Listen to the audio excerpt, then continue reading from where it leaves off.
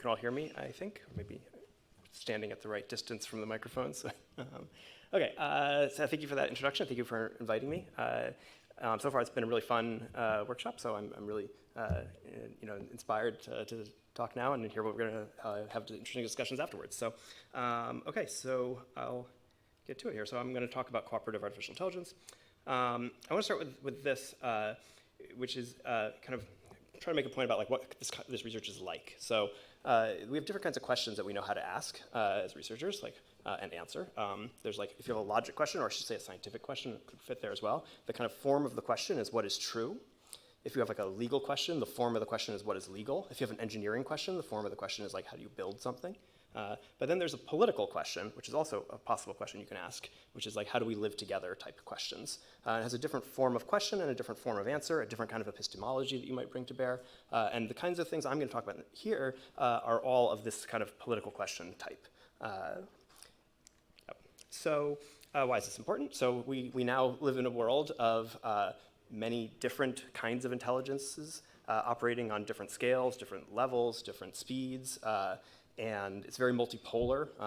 There's going to be language models from OpenAI and from Google, from DeepMind, and there'll be other kinds of intelligences that are running on smaller things. Maybe something runs on your phone or something else runs in your refrigerator, and these things all kind of exist and have scopes of things that they can attach to, things they can affect in the world. And there's also different humans that have different interests that conflict with each other sometimes. And that's kind of what the picture of the world looks like. So you could talk about alignment, which is what people usually say if you're interested in safety or something. It's like you have a picture of the world where it's like one agent is aligned with kind of one human, or like the general will, you treat it as one. But the real world is one where there's lots of different wills that are all moving in different directions, and they're often misaligned, sometimes aligned, and that's just the picture of how things are. So you have to ask questions like, how do we live together? How do we adjudicate disputes? How do we negotiate our way into the future? And this is not a picture that's that different from how things always are. We have corporations that are like super intelligences that have reward functions and act in agentic ways that are sometimes misaligned with us. But we also have ways of thinking about how we govern them. And I think this is a useful framing for how we think about AI as well. And thinking about like what's actually changing. We just have different kinds of intelligence being injected in different places. And probably it does have lots of implications for how we should regulate and what governance we should do. But it's in the broader framework of like the world is just multipolar and has different kinds of actors with different kinds of affordances. So this picture is different from the reinforcement learning generic picture, where you have just an agent interacting with an environment. It's also, though, I think, different from the standard game theoretic picture, which is a field that is meant to be connecting with these kinds of issues. In game theory, you typically will have kind of three different types of things that can happen. There's like pure conflict situations, the zero-sum situations, and pure common interest situations, like fully cooperative, all the incentives are aligned kind of situations. And then you have this kind of space of mixed motivation things, which is like neither pure conflict nor pure common interest, but somewhere in between. And that's where social dilemmas live and many other kinds of things.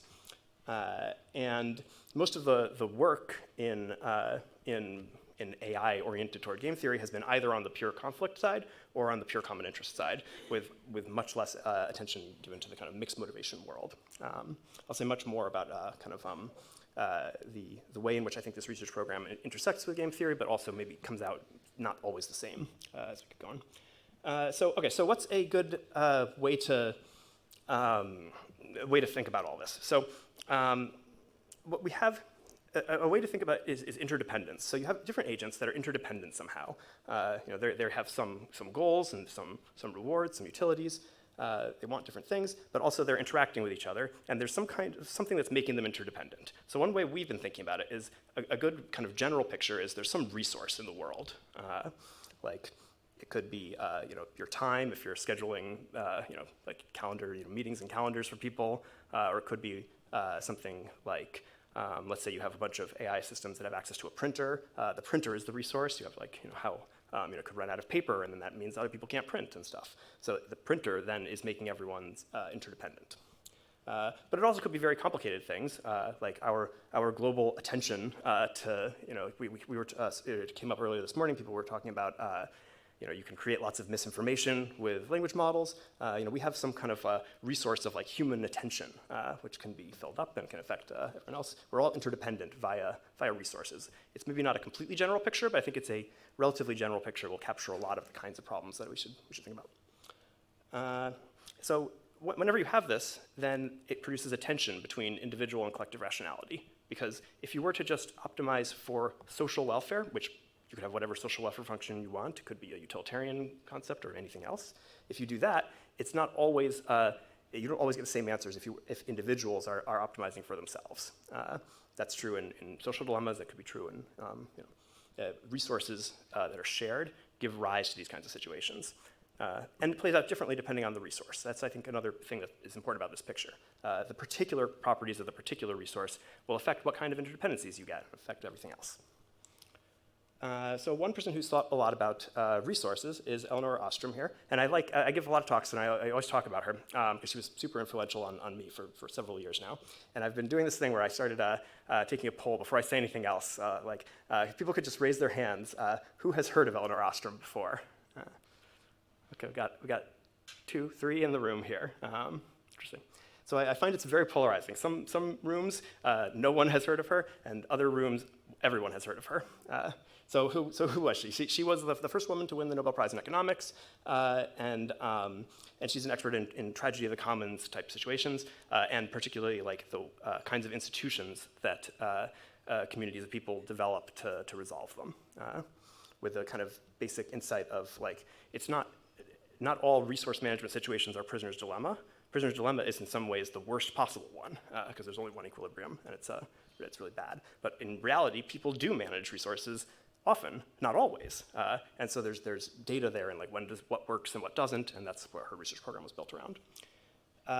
Okay, so I think we can take insights from her and connect to this kind of picture of like agents interacting with shared resources and make some progress. So one very high level cut over this stuff is you can classify different kinds of resources or different kinds of goods. This is just a standard economics picture here, where there's 2 dimensions. One is the excludability dimension, and the other is the subtractable dimension. And I'll tell you what these are. So the subtractable dimension is it is about when you use the resource, does it get depleted or not? So if you eat some food, the food is gone.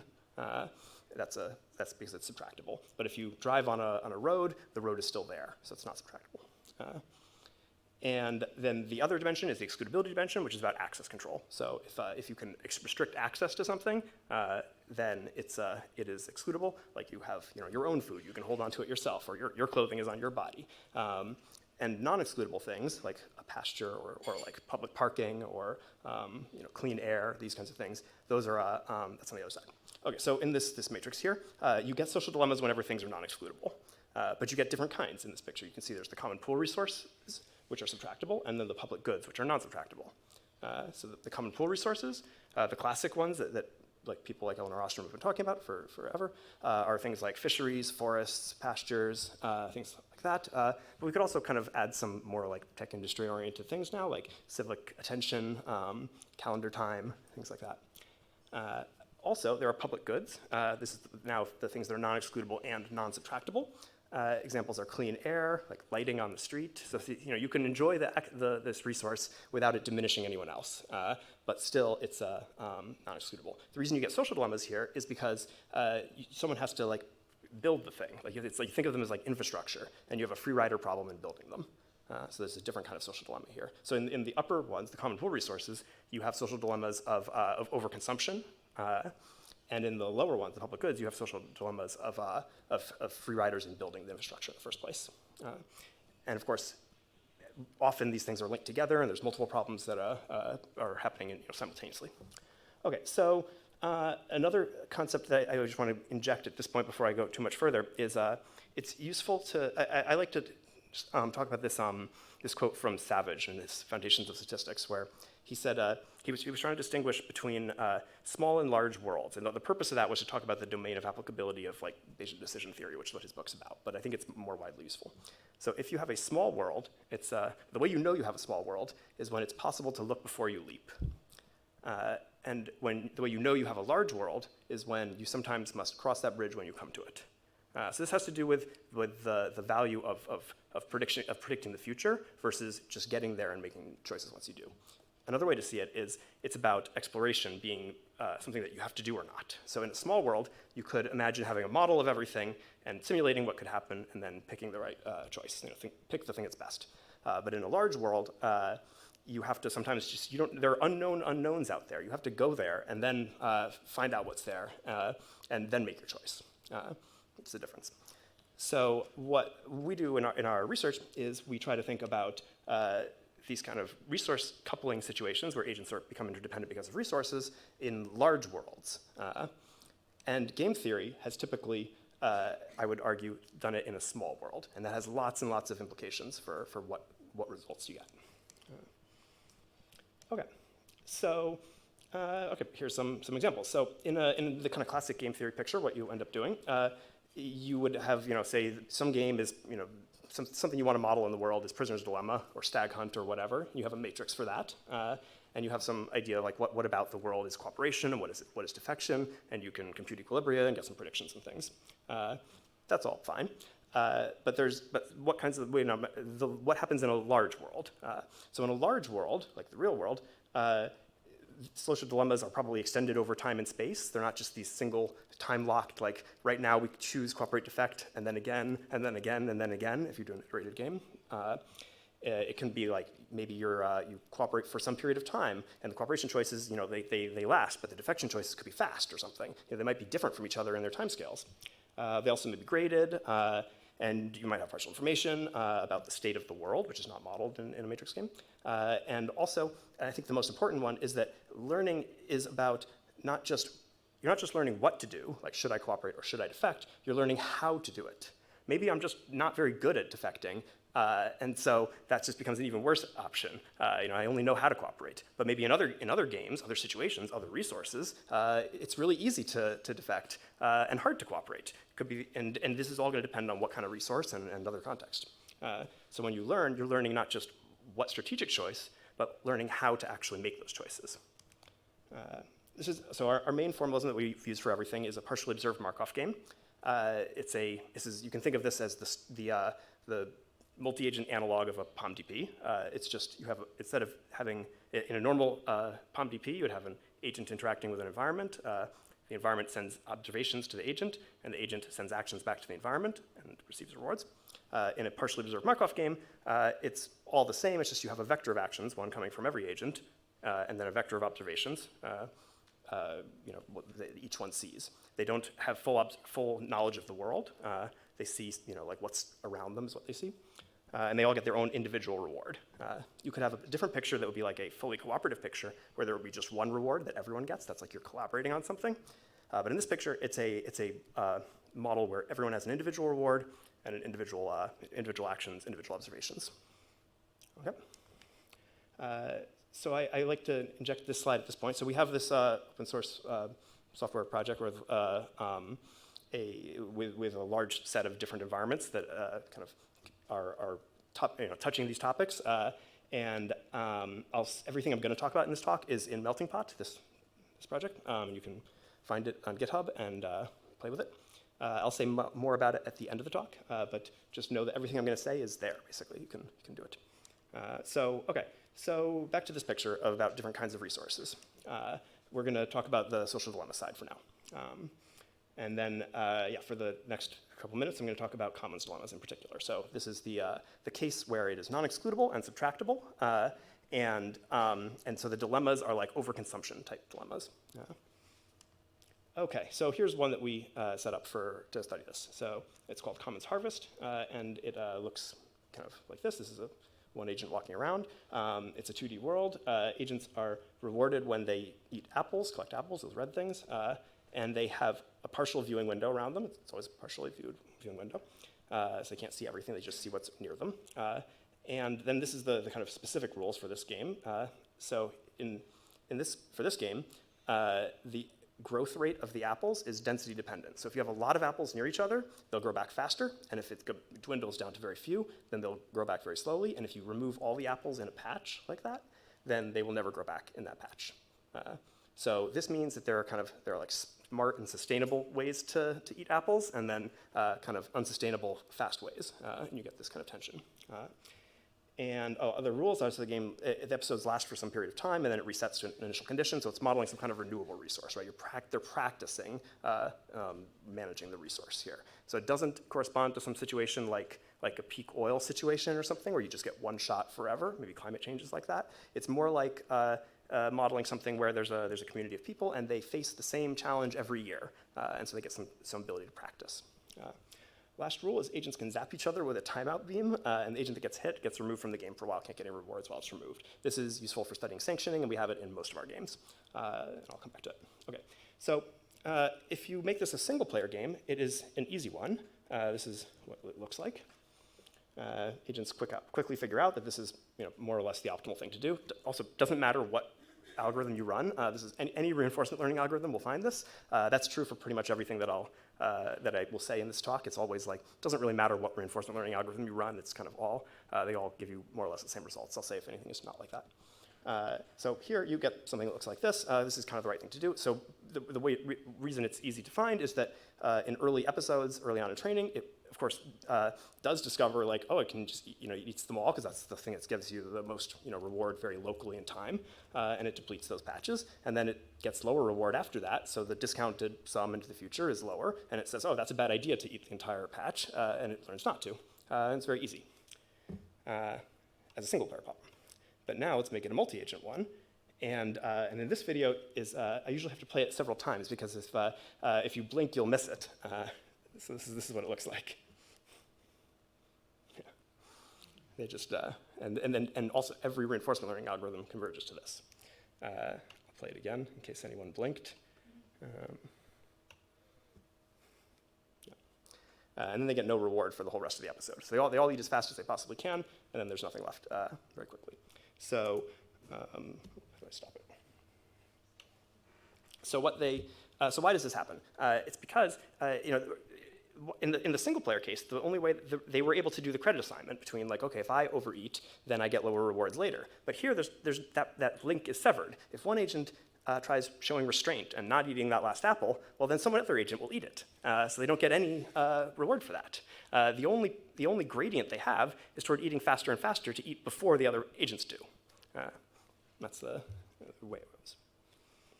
So this is a big common pasture here, like a big open space. It's totally non-excludable. But one thing that's very interesting here is you can explore the space between private goods, which are excludable, and common pool resources, which are not excludable.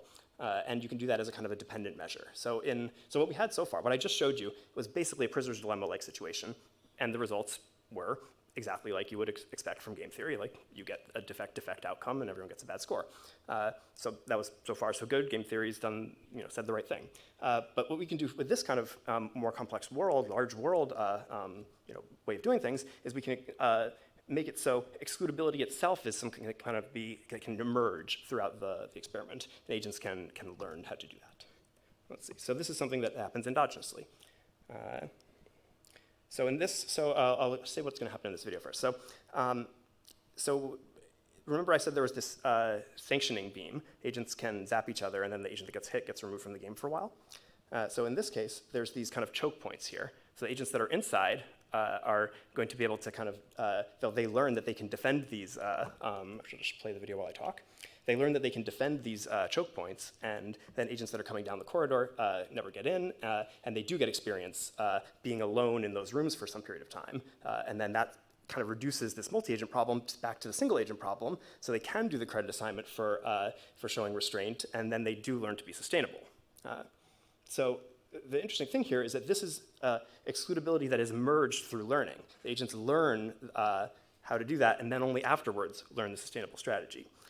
In a game theoretic model, you would just have to assume, like, okay, this is either a prisoner's dilemma-like situation where it's just there, it's not excludable, so we see it as prisoner's dilemma, or it's like a private good situation. We're going to model it with some kind of a different kind of model.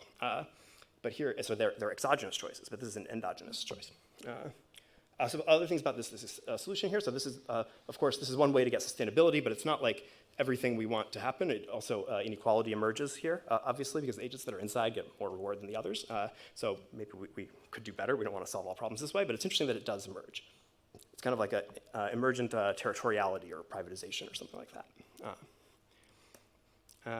Okay, so those were commons dilemmas. And now I'll talk about public goods scenarios. So remember, these are non-excludable and non-subtractable. So this is, think about like clean air, street lighting, things that if you enjoy the benefit of the resource, then it doesn't diminish it for anyone else. But these are more like free rider problems to build the infrastructure in the first place. Okay, so here's one we set up to look at this. So it's called cleanup, and agents move around in a 2D world as always, and always get rewarded for eating apples, though here the apples are green instead of red, and also partially observed, just like before. But now there's a different rule to make this particular game. So now the apples grow, and the rule for the growth of the apples is dependent on the river next to them being free of pollution. So if the river is polluted, then apples don't grow. But if the river is clean, then apples grow, and they grow faster the more clean it is. Then the affordance that the agents have is that they can locally clean pollution in front of themselves. Okay, so and then you can see that as like contributing to a public good because it affects everywhere in the apple orchard where the apples grow. So it's kind of like creates apples for everyone if you contribute. Okay. It's not a pure public good because if you're the one contributing, you probably are less likely to be able to grab them, but it's close. So, all right, what happens? So I always have to show this video, which is not what any reinforcement learning agent would learn, but just to show you kind of what can happen in this environment. So here there are two agents that are cleaning, and that's producing, the river is very clean, so it's producing a lot of apples on the side the other agents are eating. No reinforcement learning agent would ever come up with a solution because those two agents that are cleaning are getting zero reward. They're just spending all their time doing this, contributing to the public good, helping everyone else, but getting no reward themselves. To make this video, we had to reward them some other way. So what does actually happen? So this is a video from early on in training to kind of illustrate what the reason they don't really get good gradients. So one agent has started to explore cleaning, and you saw it did just clean a little bit, that yellow one. Watch the yellow agent, and it'll do it again in a second. It went and cleaned a little bit, and that caused some apples to appear, but then by the time it got over to them, the other agents had already eaten them all. So it didn't get reinforced for that. And in fact, what happens is the more you start to clean, the more the other agents that are not cleaning are getting actual gradient for learning to eat faster. So any contribution to the public good you make actually turns your gradients away from doing more contribution to the public good. So it's very hard for any self-interested tabula rasa reinforcement learning agent to resolve this. Let's see. Okay, but how can it be resolved? So we've been looking at this problem for a number of years now, and we have found lots of different ways that it can be solved. You can think of each one as some kind of inductive bias to solve it, though there may be some of them are more interpretable in other ways that might be more interesting, or equally interesting, I don't know. One of the first ones we found that worked is this inequity aversion model, which is something that came from behavioral economics. It's called this Fair and Schmidt inequity aversion model, where there's two terms. There's an advantageous inequity aversion and disadvantageous inequity aversion. You can think of them like envy and guilt or something. And that's one way to solve this problem, because the agents will prefer to not have, they're like averse to having higher rewards than others, and that pushes them to contribute. And then there's a social value orientation model, which is kind of a thing that was came from social psychology. It's another, different agents care about each other in a certain particular way. Also, we have papers that were inspired by evolutionary theory, where you can show that if you let the reward functions of the individuals evolve, then the kinds of things you would expect from evolutionary theory happen. Like if you use just a self-interested fitness, individual fitness, then you don't get any reward function that cares about anyone else. But if you do something like group selection, then you end up with reward functions that have terms from other players. And so and then they'll cooperate. So it's like the evolution of altruism kind of results, consistent with what you find. Other things, you can also use social influence or reciprocity motivations, other things. And then recent work from Dylan Hadfield-Manel's group at MIT has shown that if you give agents the ability to propose and accept contracts and negotiate over them, that's another way to solve this problem, which is a very interesting one. And one thing we wanted to check is how humans do this. So we had an experiment where we brought people into the lab, had them play this game, and we couldn't manipulate like whether they are inequity averse or have social orientation or something like that, but we can manipulate another way people might solve it, which is reputation, because you can manipulate that by changing anonymity. So if you make it so they can see who's who, then they can track reputations, and maybe they use that information. And we found that they do. Humans cooperate in this game if you let them see who's who and track reputations, but if you don't do that, then they don't cooperate, which is similar to the result you get in other laboratory public goods kinds of scenarios. That's what it looked like. We also have a model then that has a particular inductive bias, particular intrinsic motivation, like a different term in the reward function, that captures that data in the sense that it responds the same way to the manipulation of anonymity, and it cooperates when it is identifiable, but not when it's anonymous, just like the humans do. Okay, and so this is the results. Showing one of these is the human data, and one of these is the agent data. And it looks very similar. They're responding the same way to the manipulation. But then you can go further than what you could do in a standard game theoretic way of doing things. And here you can ask questions about like how do they do it? Because there's different ways you could cooperate here. Maybe you could chop up the space and be like, I'm responsible for this part of the river, you're responsible for that part of the river, and go that way. Or you could maybe take turns and be like, do we kind of, I go first, then you go, and cycle around like that. And there's lots of different ways you can coordinate the cooperation. And so what we find is that they tend to do it the turn-taking way, not the sort of territorial way. And that's true for both the humans and for the artificial agents. Probably because of the structure of the environment, right? Like it's just easier to coordinate this way with turn-taking. It's kind of obvious when someone's coming back and it's hard to coordinate the territory or something. But it's interesting that it kind of lands that way the same way for both. We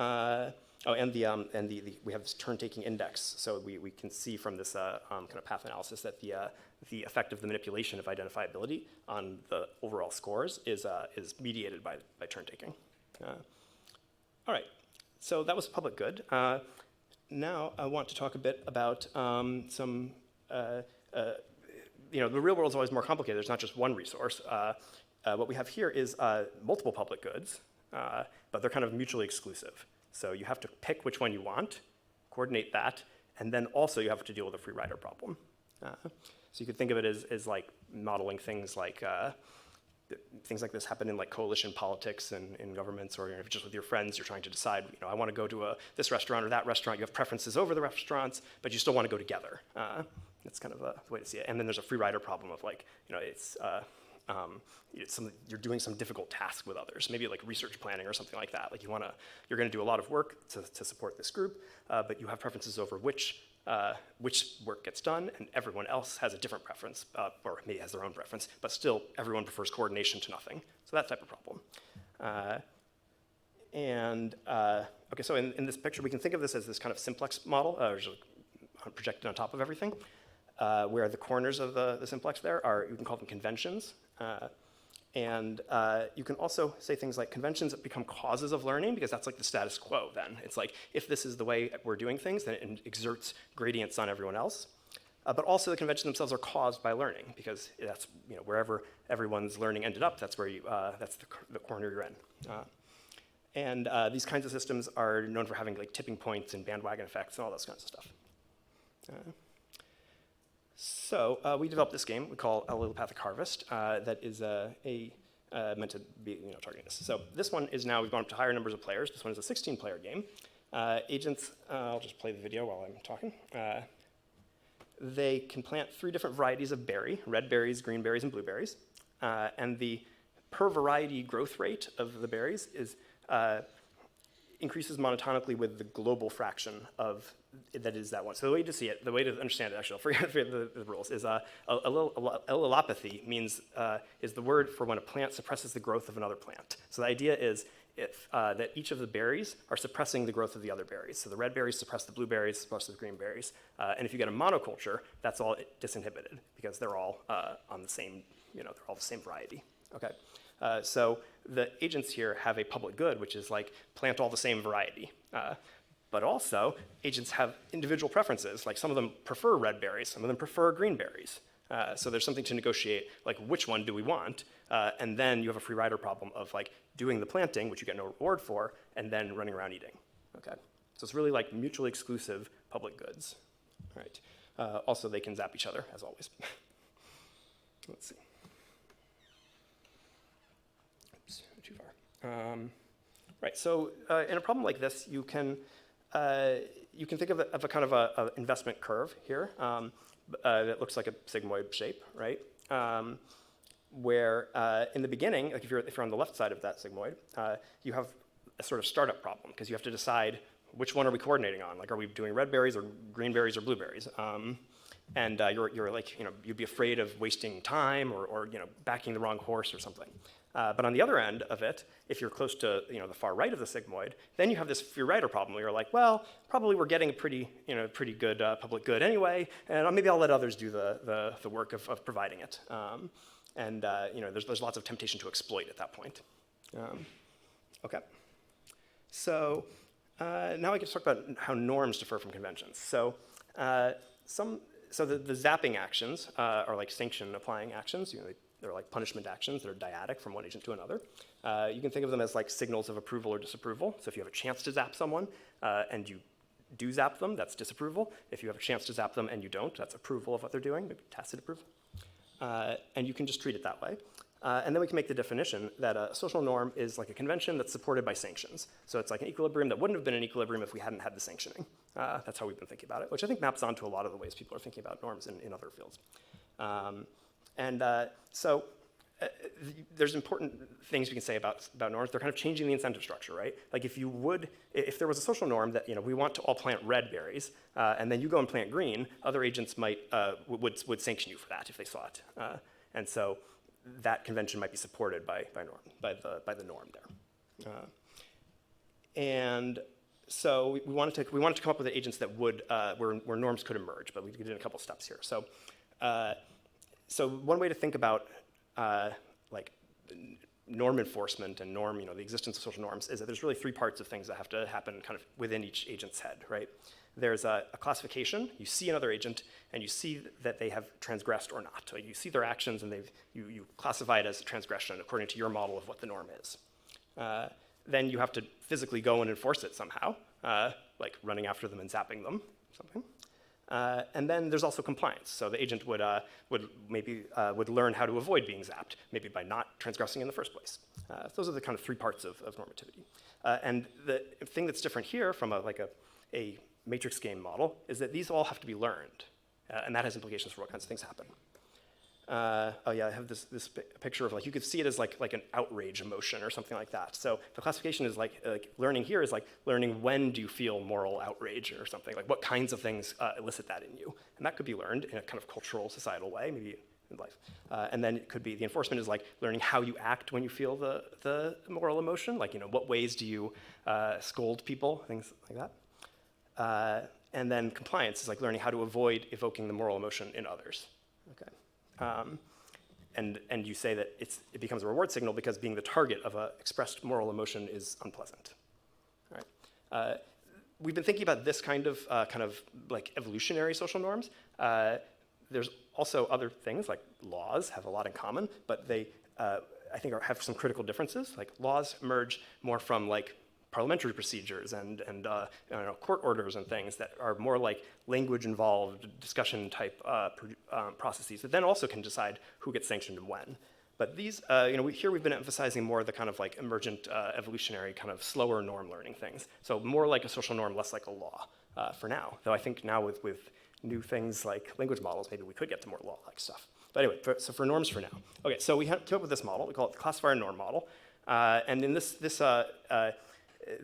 model here, every agent has a classifier. They have access to a classifier, which is telling them which is about others' disapproval, right? So if this classifier is saying that the others around me disapprove of this action or not.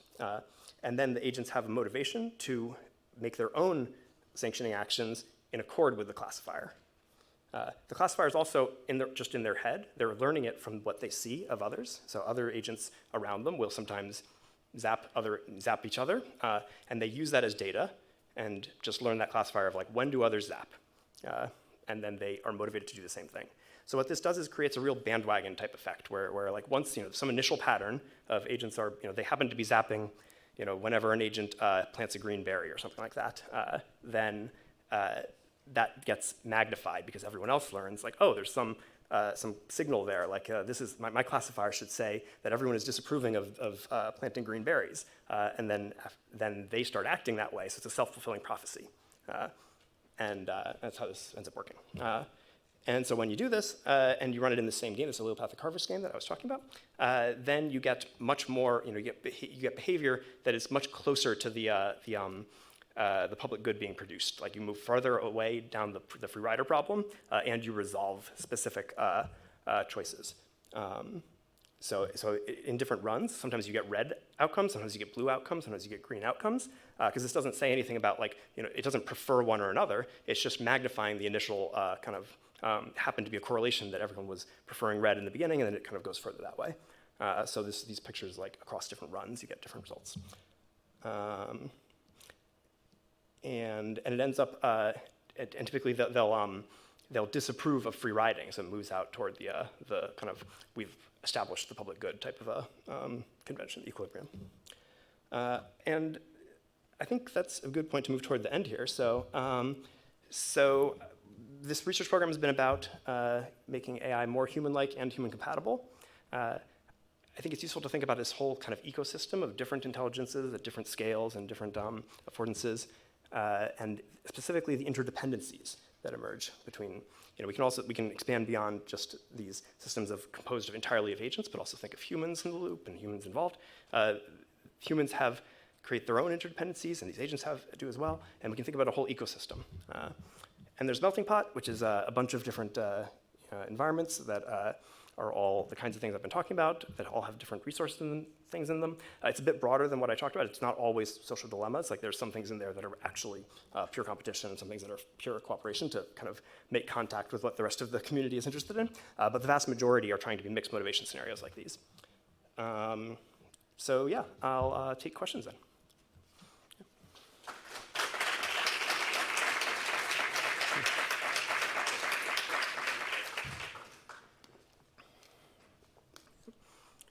I guess, is there a microphone going around or something, or what's the? I see Ryan had a question in the back.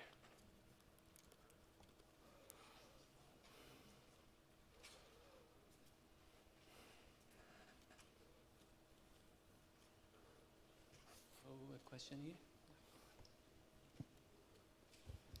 Hi. Thanks, Joel. Great talk. It's super interesting. At the start, you kind of talked about how in a single agent environment, we see just completely different things in these multi-agent environments.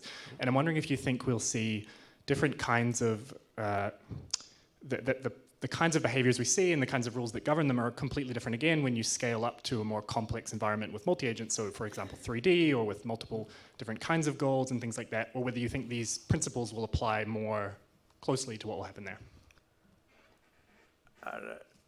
So I think the research program is one where the details of the environments matter, of course, right? The forest is different from the fishery, is different from the pasture. You get a different kind of cooperation challenge, and different kinds of interventions matter, and different kinds of institutions work.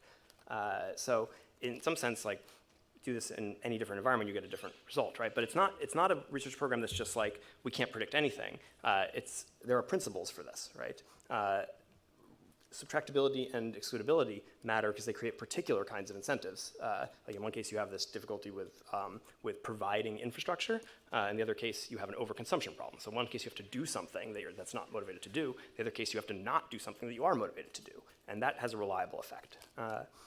and in work on humans, like on Eleanor Ostrom's work, she is all about looking at like the particulars of like this community in this place with this irrigation system has these properties which connect to the particular place, and some of them are successful and some of them are not. And I think that's the way we should think about it, right? It's like you have to think about the particulars of the environment in the sense of like what kind of incentives does it produce. But it's not just incentives in a game theoretic kind of, like it's just not just a matrix game. It's also like, well, what's hard to learn? Like maybe we can, maybe there are ways in which you could modify the excludability or something like that, and that's hard to learn or easy to learn. That affects things. So I don't see it as being about like 2D versus 3D. I think it's just about like all situations are different from each other, but there are principles that control what kinds of things are likely to happen.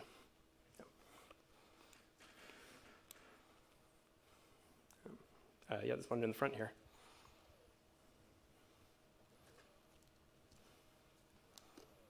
Over there.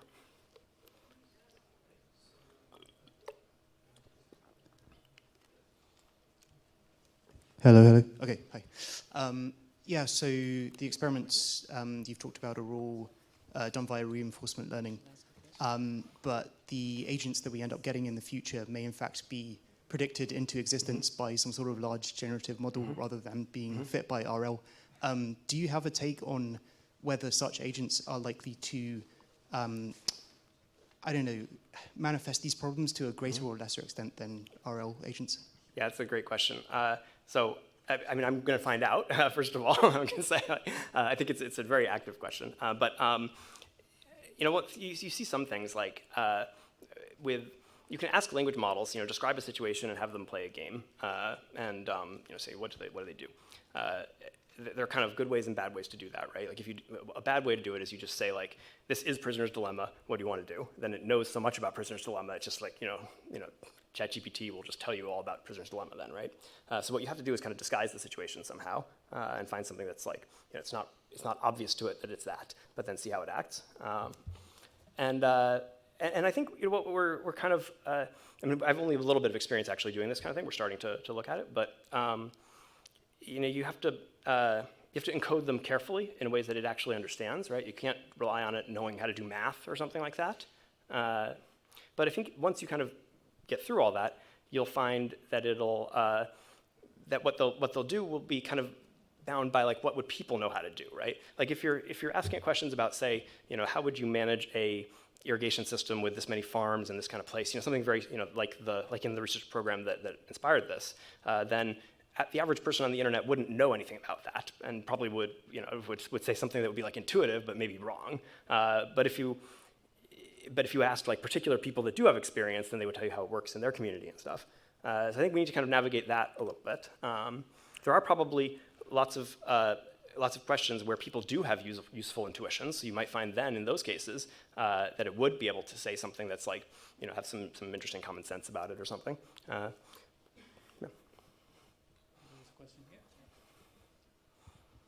Hi, great talk. I had a question about the norm formation sort of towards the end. There was this sort of classifier where you're sort of observing which agents are getting zapped, the behavior that goes along with that. And I'm wondering, the way it was described is almost like it's shared between each of the agents, right? A hive consciousness or conscience, right? And I'm wondering if you sort of... It wasn't actually, so they had their individual idea of the norm, is how we did it. But they all see the same, they mostly see each other zapping in the same situation. So it's like they probably get the same, more or less the same classifier, right? Okay, cool. But yeah, because I was just wondering if you would wind up with sort of... So if we separated them, right, like in the way we have it, like if we were to run the same experiment in like, it's like a big world where there's like two big areas, and the agents mostly who start on the left mostly stay on the left, agents who start on the right mostly stay on the right. If we did it again there, then you'd probably get two different norms emerging. Yeah, and you sort of have these sort of almost cliques occurring, right, in that case. And it's maybe not as desirable, but maybe more human-like, right? And it's a question of which way you want to go down, the sort of human-like versus the... Well, it's nice. It's driven by the interaction structure, right? So you can come back to the resource picture. If the resource is structured such that agents mostly spend their time over here or mostly spend their time there but rarely go between, then you would get multiple norms. But if the resource is one such that agents are mostly encountering everyone, then you'd probably get one norm. Thanks.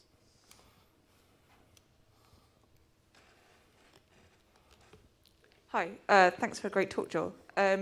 So I might have missed it, but did you find that in the public good games that the agents were actively zapping the free riders? Or was it more like, you're doing something, but I know that thing is the wrong thing? Yeah. So was planting blueberries, say, worse than just not planting at all and reaping the rewards? They plant so usually what happens is the norm ends up being zap free riders and a particular color, or 2 colors or something. So how do they tell the difference between, like, you're not planting right now and you are not, you're a free rider? Yeah, in principle, they should have like they should have a whole kind of video of information. What we actually did, and I probably mentioned that. If you look at the video, you can see the colors that they become the color that they are supporting, basically. So you can see, like, if agents have turned red, that because they're planting red berries, and if they are turning gray, that means that they're not. The last thing they did was eat, which is so they're probably a free rider. And did you do that because otherwise they couldn't spot the free riders, basically? It's not just the free riders; they couldn't really spot anything without that, okay. right? Because it's again, what we should do is make it so that it operates on like videos of what everyone has been doing. But that was just a bigger kind of computational ask and stuff, so it's made it easier. But I think the next version of this will operate on videos, and it will just work that way. Cool. Yeah. Thank you for the great talk. I was wondering, and probably you've done some of these experiments, I think you have, changing the way the reward is shared if it is a collective or competitive game. But my question was, of course, these would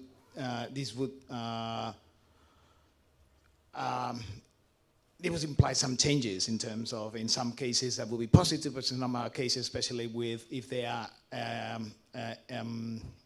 single agent reinforcement learning algorithms, they don't see that when I do this, it's the reward that is going to another agent, and I don't see that, that doesn't affect my gradient, and then I don't improve and I get stuck. So basically selfish agents, they typically learn faster than altruistic agents. Yep.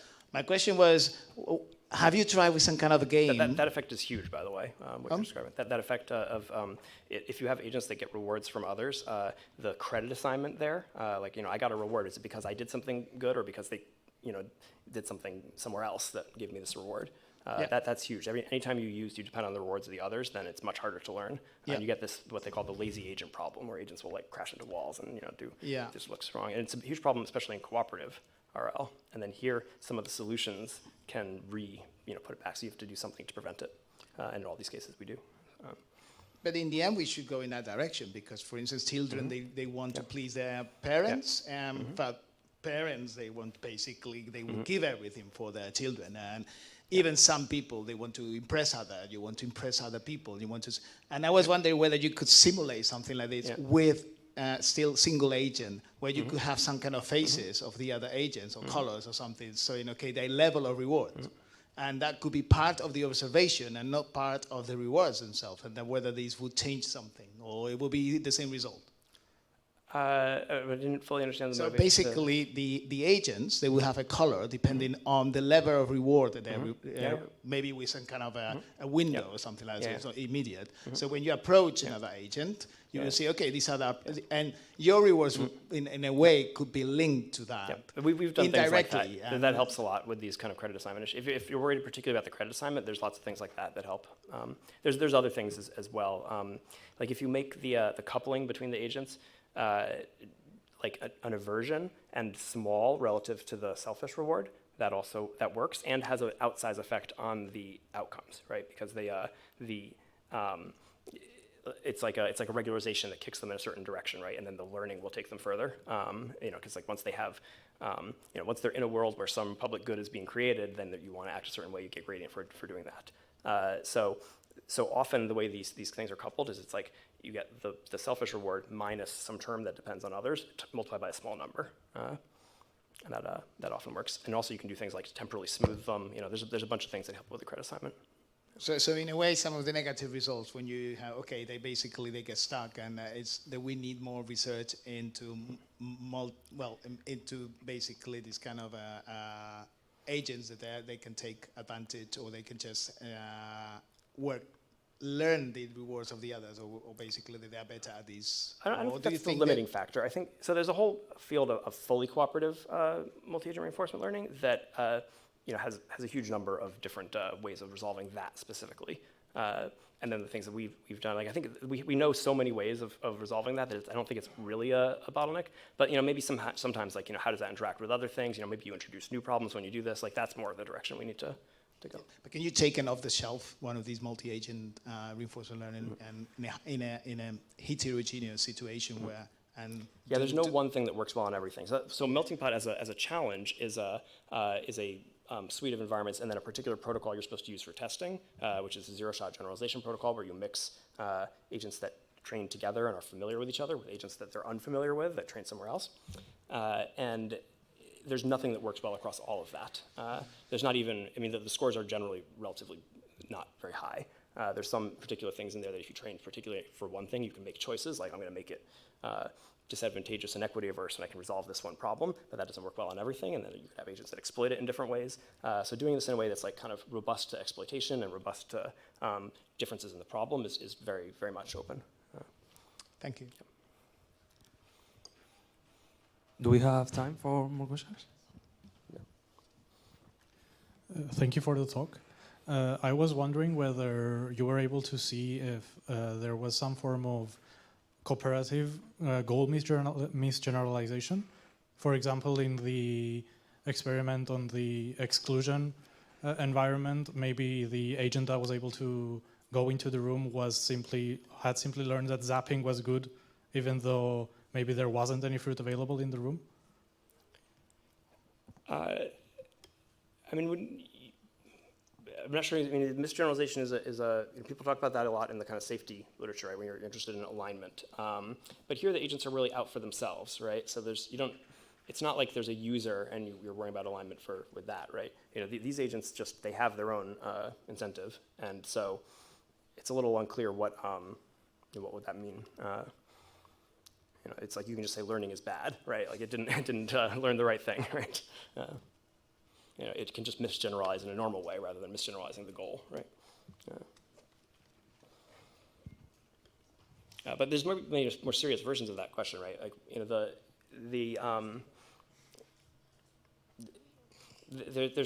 there's like the social welfare, right, which is like what we're really looking at. But none of the agents are actually optimizing that, right? It's only a byproduct of their interactions if they produce social welfare, right? It's like in the case of the common pool resource with the walls, where they learn to exclude, they're just following their individual gradients, and then they come to this solution which looks like cooperation from the perspective of sustainability. Okay. So thanks a lot for the interesting talk. Can I also ask one? So the part I appreciate most is actually the comparison to human agents, because I do the research with humans. But actually, one thing I was wondering, what we learn about humans is also like that they fail to cooperate, right? So we know, like, okay, I think if I remember correctly, in this like very simple public goods game, one of established finding is so-called conditional cooperation. So basically, I try to cooperate, I see the others don't, and then it goes down towards the end of the game. It's a complete failure.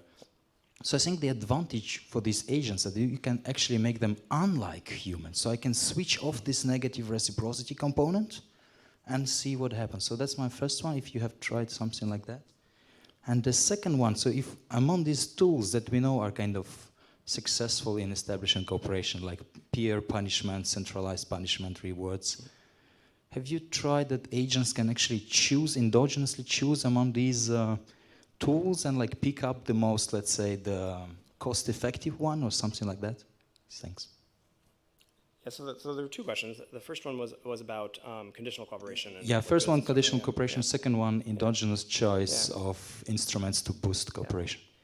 Yeah, so one way I think about human cultural evolution is that we're kind of in a cooperative niche. Like we've always been cooperating in groups, even in kind of early human hunter-gatherer days, right? And we have lots of mechanisms of cooperation, like the conditional cooperation you're talking about, reciprocity, maybe some reputation effects. Like we have a whole bunch of different, you get angry as a deterrence effect, which can lead to cooperation in certain cases. Like we have many mechanisms that produce cooperation that are like kind of at that scale.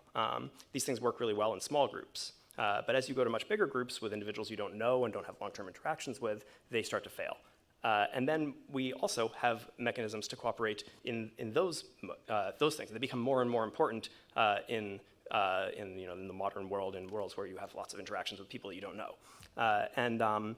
And that's where social norms matter much more, and that's where institutions matter and laws matter. And we're kind of, you can see, one way to see this research program is it's kind of reverse engineering each of these things in turn, and marching through history, adding them one at a time, right? But also, one thing that happens is some of the mechanisms that do well at the early stages mess you up at later stages, right? So if you have this like really strong anger reaction, which maybe is good for getting reciprocity if you're only ever going to interact with two people, but then once you're in a big group, the anger reaction itself can be the source of friction that creates conflicts and becomes a new cooperation problem that you need to solve by having a social norm that you shouldn't get so angry all the time or something, And so I think that the kind of most important ones are the ones that are like furthest down the list, the things that are like norms and institutions and stuff. And that's where we really should be targeting our effort if we want to kind of get the most kind of cooperation-producing bang for our buck there. And then the other was you asked if we have had something that kind of explicitly chooses between these things.